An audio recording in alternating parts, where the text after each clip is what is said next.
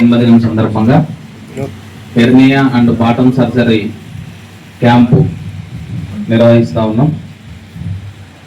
ఈ క్యాంపుకు హాజరైనటువంటి మా ఆత్మీయులందరికీ కూడా శుభాభివందనలు, నమస్కారాలు తెలియజేసుకుంటూ సీనియర్ డాక్టర్ బాలకృష్ణ సార్ గారిని కూడా వేదికను అలంకరించవలసిందిగా కోరుతా ఉన్నాం. అదేవిధంగా గౌరవనీయులు పెద్దలు డాక్టర్ వి బ్రహ్మార్ సార్ గారిని కూడా వేదిక అలంకరించగా కోరుతా ఉన్నాం.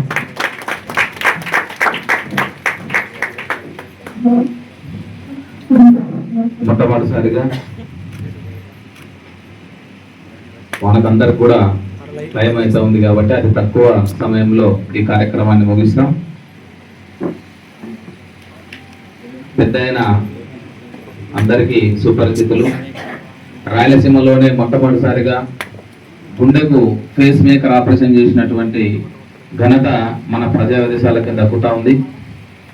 అదేవిధంగా వైద్య చరిత్రలోనే చైతన్య జ్యోతి అవార్డు గ్రహీత కూడా మన డాక్టర్ వి బ్రహ్మారెడ్డి సార్ గారని సభాముఖంగా తెలియజేస్తా ఉన్నాం.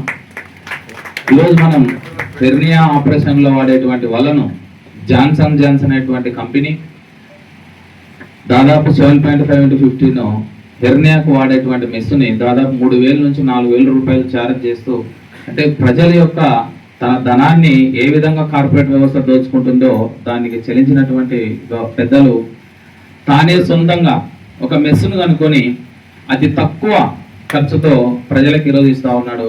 ఆ యొక్క మెస్సుకి కనుక్కోవడం వల్ల దాదాపు ఇప్పుడు 10-12 రాష్ట్రాలు కూడా ఆ మెస్సు వాడుతూ ఉన్నాయి. అదేవిధంగా ఆ మెస్సును గుర్తించినటువంటి తానా తెలుగు నాట్య అసోసియేషన్ వాళ్ళు 2017లో సార్కి తానా అవార్డు కూడా ఇవ్వడం జరిగింది. అటువంటి గొప్ప కార్యక్రమాలు కూడా సార్ మరి ప్రజల కోసం చేసిన. అసలు ఈ ఫంక్షన్ కూడా నచ్చదు పెద్ద ఆయనకి, కానీ మా అందరి తృప్తి కోసం మేము ఏర్పాటు చేసుకున్నటువంటి ఫంక్షన్ కాబట్టి తప్పకుండా సార్ యాక్సెప్ట్ చేసినారు. ఇందాక మరి పెద్దలు రోషనల్ సార్ మాట్లాడుతూ ఇప్పటికే తన ఓ పాజిటివ్ రక్తాన్ని, అంటే ఒక మనిషికి ఒక విషయాన్ని మనం చెప్పాలి అంటే తను ఆచరించాలి నిజ జీవితంలో. కానీ ఆ నిజ జీవితంలో ఆచరిస్తే తప్ప పక్క వాళ్ళు వినేటువంటి పరిస్థితి ఉండదు. అట్లాంటిది నేను యథార్థ సంఘటన 2008లో బేతంచెర్ల హాస్పిటల్లో ఆపరేషన్ చేస్తూ ఉన్నాం. ఒక పేషెంట్కి చాలా రక్తహీనత ఉంది. ఆమెకు సారు పరీక్షించారు. అప్పటికే రాత్రి నాకు తెలిసి సాయంత్రం 6-7 అవుతా ఉంది. సారు మేమంతా కూడా ఇక్కడ నుంచి వెళ్ళినాం. ఏమయ్యా, నీ భార్యకు ఆపరేషన్ చేయాల్సి వస్తుంది, కనీసం 1-2 ప్యాకెట్లు రక్తం అవసరం పడుతుంది, మరి రక్తం ఏమైనా ఇవ్వడానికి మీరు సిద్ధంగా ఉంటే నేను ఆపరేషన్ చేస్తా అని చెప్పి సార్ అన్నారు. అయితే వాళ్ళ భర్త రక్తం ఇవ్వడానికి సిద్ధపడితే పక్కనటువంటి తల్లి ఈమెను పక్క వేసకపోయినాను, వరే అది సస్యదచ్చర ఇంకో దాన్ని పెళ్లి చేస్తాను, నువ్వు మాత్రం రక్తం ఇవ్వద్దు, నువ్వు రక్తం ఇస్తే నాకు ఒక కొడుకురా, మరి ఏమన్నా అయితే ఎవరన్నా దానికి బాధ్యత అంటే, సార్ పేషెంట్ వాళ్ళు ఇట్లా మాట్లాడుకుంటారు అని చెప్పి నేనే చెప్పిన సార్ పక్కకు వచ్చి, ఇట్లా అనుకుంటున్నారు అంటే వరే పేషెంట్ బతికడం మనకి ఇంపార్టెంట్, ఫస్ట్ నా రక్తం తీయండి అని చెప్పి తను సొంతంగా రక్తం ఇచ్చినటువంటి చరిత్ర నేను కళ్ళారు చూసిన. 2008లో యథార్థ సంఘటన. దాదాపు ఇప్పటికి ఒక 60 నుంచి 70 సార్లు ఇచ్చింటారు సార్ రక్తం.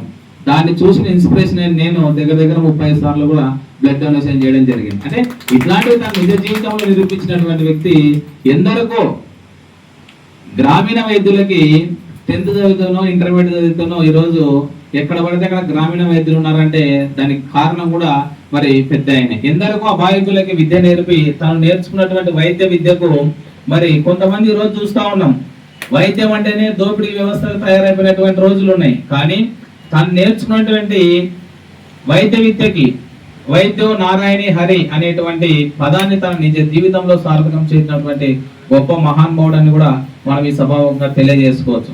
ఎందుకు ఈ విషయం చెప్తున్నా అంటే, ఏ మెడికల్ కాలేజీలో అయితే ఆయన చదివినాడో ఆ మెడికల్ కాలేజీకి, అంటే ఈరోజు నా విషయం చెప్పకూడదు కానీ ఆయన పుట్టినరోజు సందర్భంగా ఆ మెడికల్ కాలేజీకే తన యొక్క దేహాన్ని రాసిచ్చారు.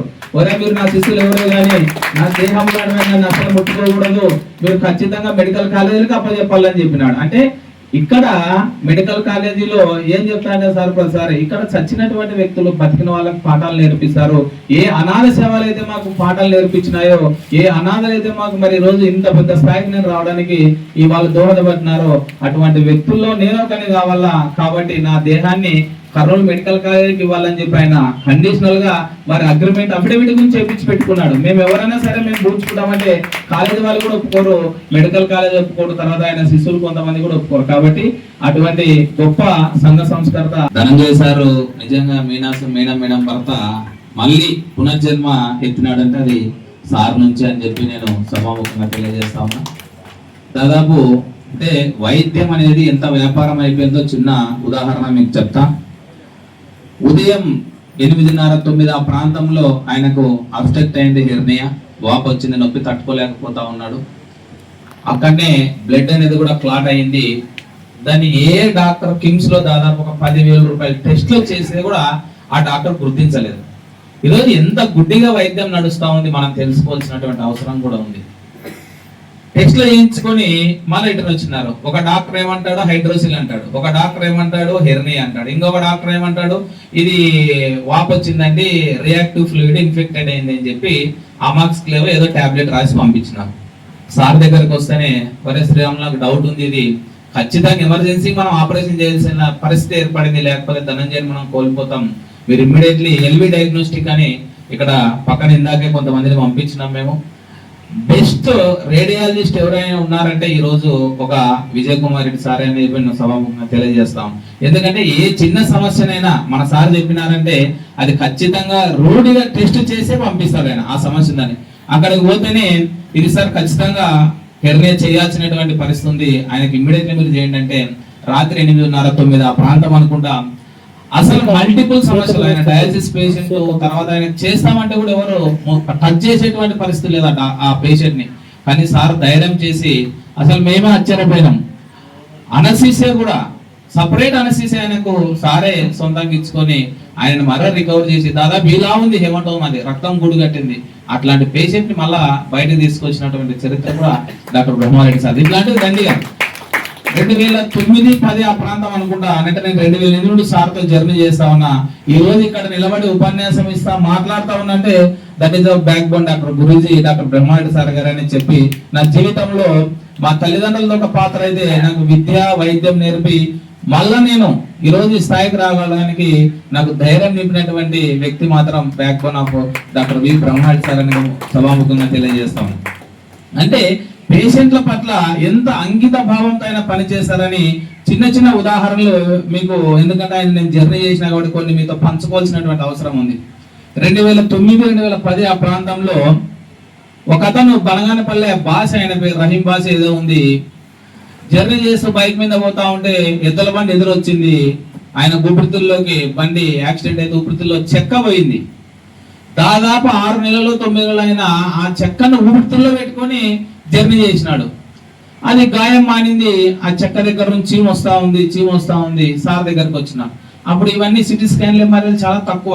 అప్పుడు గుంటూరుకు పంపించినాడు సార్ పేషెంట్ ని. గుంటూరుకు సిటీ స్కాన్ పంపిస్తే ఇందులో ఏదో ఫారెన్ బాడీ ఉండి తీయండి అని మీరంటే ఓపెన్ చేస్తే దాదాపు ఈ పొడవున చెక్క ఉంది. ఇప్పటిగా పేషెంట్ లైవ్ గా బతికి ఉన్నాడు. ఏ కార్యక్రమం జరిగినా సార్కి ఆయనకి ఇంటిమేషన్ లేదు కానీ ఖచ్చితంగా వచ్చి ఇక్కడ కూర్చునేవాడు. అంటే ఇటువంటి ధైర్య సాహసాలు చేసి పేషెంట్ బతికించినటువంటి వ్యక్తి డాక్టర్ బ్రహ్మారెడ్డి సార్. 2009 అనుకుంటా ఈ మధ్య కాలంలో మేము పేరుసొమ్ములు అనేటువంటి విలేజ్ పోతే సార్ 2009లో మిడుతూరు దగ్గర చెరుకుచెర్ల అనేటువంటి గ్రామం ఉంటది. చిన్న పిల్లవాడు నేను అసిస్టెంట్ పోయిన ఆ కేసుకి 18 సంవత్సరాలు అయింది. ఆ పిల్లోనికి ఆపరేషన్ చేసి సార్ మా పిల్లోడు ఇప్పుడు బతుకున్నా అంటే డాక్టర్ బ్రహ్మారెడ్డి సార్ గారు చనివే సార్ ఆ పిల్లోనికి ఒకసారి వచ్చి సార్ చూపిస్తామని చెప్పినారు. పేరుసొమ్ముల విలేజ్ లో వాళ్ళు ఉన్నారు సార్ ఇప్పుడు.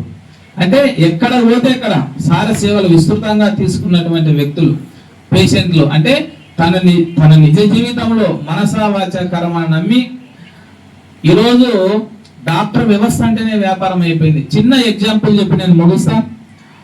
పేషెంట్ని ఎక్కడైనా పంపిస్తే సాయంత్రం కల్లా జేబులు నింపేటువంటి డాక్టర్లు మనం చూస్తా ఉన్నాం. కానీ ఎక్కడ ఏ పేషెంట్ పంపించినా no or please give me concession this patient, అంటే నాకు మీరు ఎటువంటి ఇన్సెంటివ్లు పంపొద్దండి, దయచేసి నేను పంపించిన నా పేషెంట్లకి మీరు కన్సెషన్ ఇవ్వండి అని చెప్పి గొప్ప వ్యక్తి ఎవరైనా ఉన్నారా అంటే ఈ రాష్ట్రంలో డాక్టర్ బ్రహ్మారెడ్డి సార్ గారిని తెలియజేస్తాం. ఏ పేషెంట్ ఇస్తారండి, ఎందుకోసం ఇస్తారు, వాళ్ళకి వచ్చే ఆదాయాన్ని వదులుకుంటారా? కానీ మమ్మల్ని ఆ చైర్లో కూర్చోబెట్టప్పుడు అదే చెప్పాడు, ఎవరే శ్రీరాములు నీ చైర్లో కూర్చోబెడుతున్నాం, ఎవరి దగ్గర నువ్వు ఇట్లా చేయి చాచే పరిస్థితి ఎదుర్కోవద్దు, అట్లాంటి పరిస్థితి వస్తే నీళ్ళు కాదు పోయేది నా ప్రెస్టేజ్ కాబట్టి దాన్ని నువ్వు కాపాడడానికి ఇక్కడ కూర్చోబెడుతున్నా, ఎవరి దగ్గర 1 రూపాయి నువ్వు ఎక్స్పెక్ట్ చేయొద్దన్నాడు. అదే విషయాన్ని మేము ఈరోజు ఆయన చెప్పినటువంటి విషయాన్ని మనసా వాచ కర్మని నమ్మి దాన్నే మేము పాటిస్తా ఉన్నాం. కాబట్టి పేషెంట్లు ఎక్కడైనా పంపించినా కూడా 1 రూపాయి కూడా మాకు ఇన్సెంటివ్ వద్దని చెప్పి రాసిచ్చినటువంటి ఘన చరిత్ర కూడా బ్రహ్మాడి సార్ గారు తెలియజేస్తూ, ఈ యొక్క అవకాశాన్ని ఇచ్చినటువంటి పెద్దలు, పూజలు, గురువర్యులు డాక్టర్ వి బ్రహ్మాడి సార్ గారిని తన యొక్క అమూల్యమైనటువంటి ఉపన్యాసాన్ని మనకందరికి అందిస్తారని తెలియజేస్తూ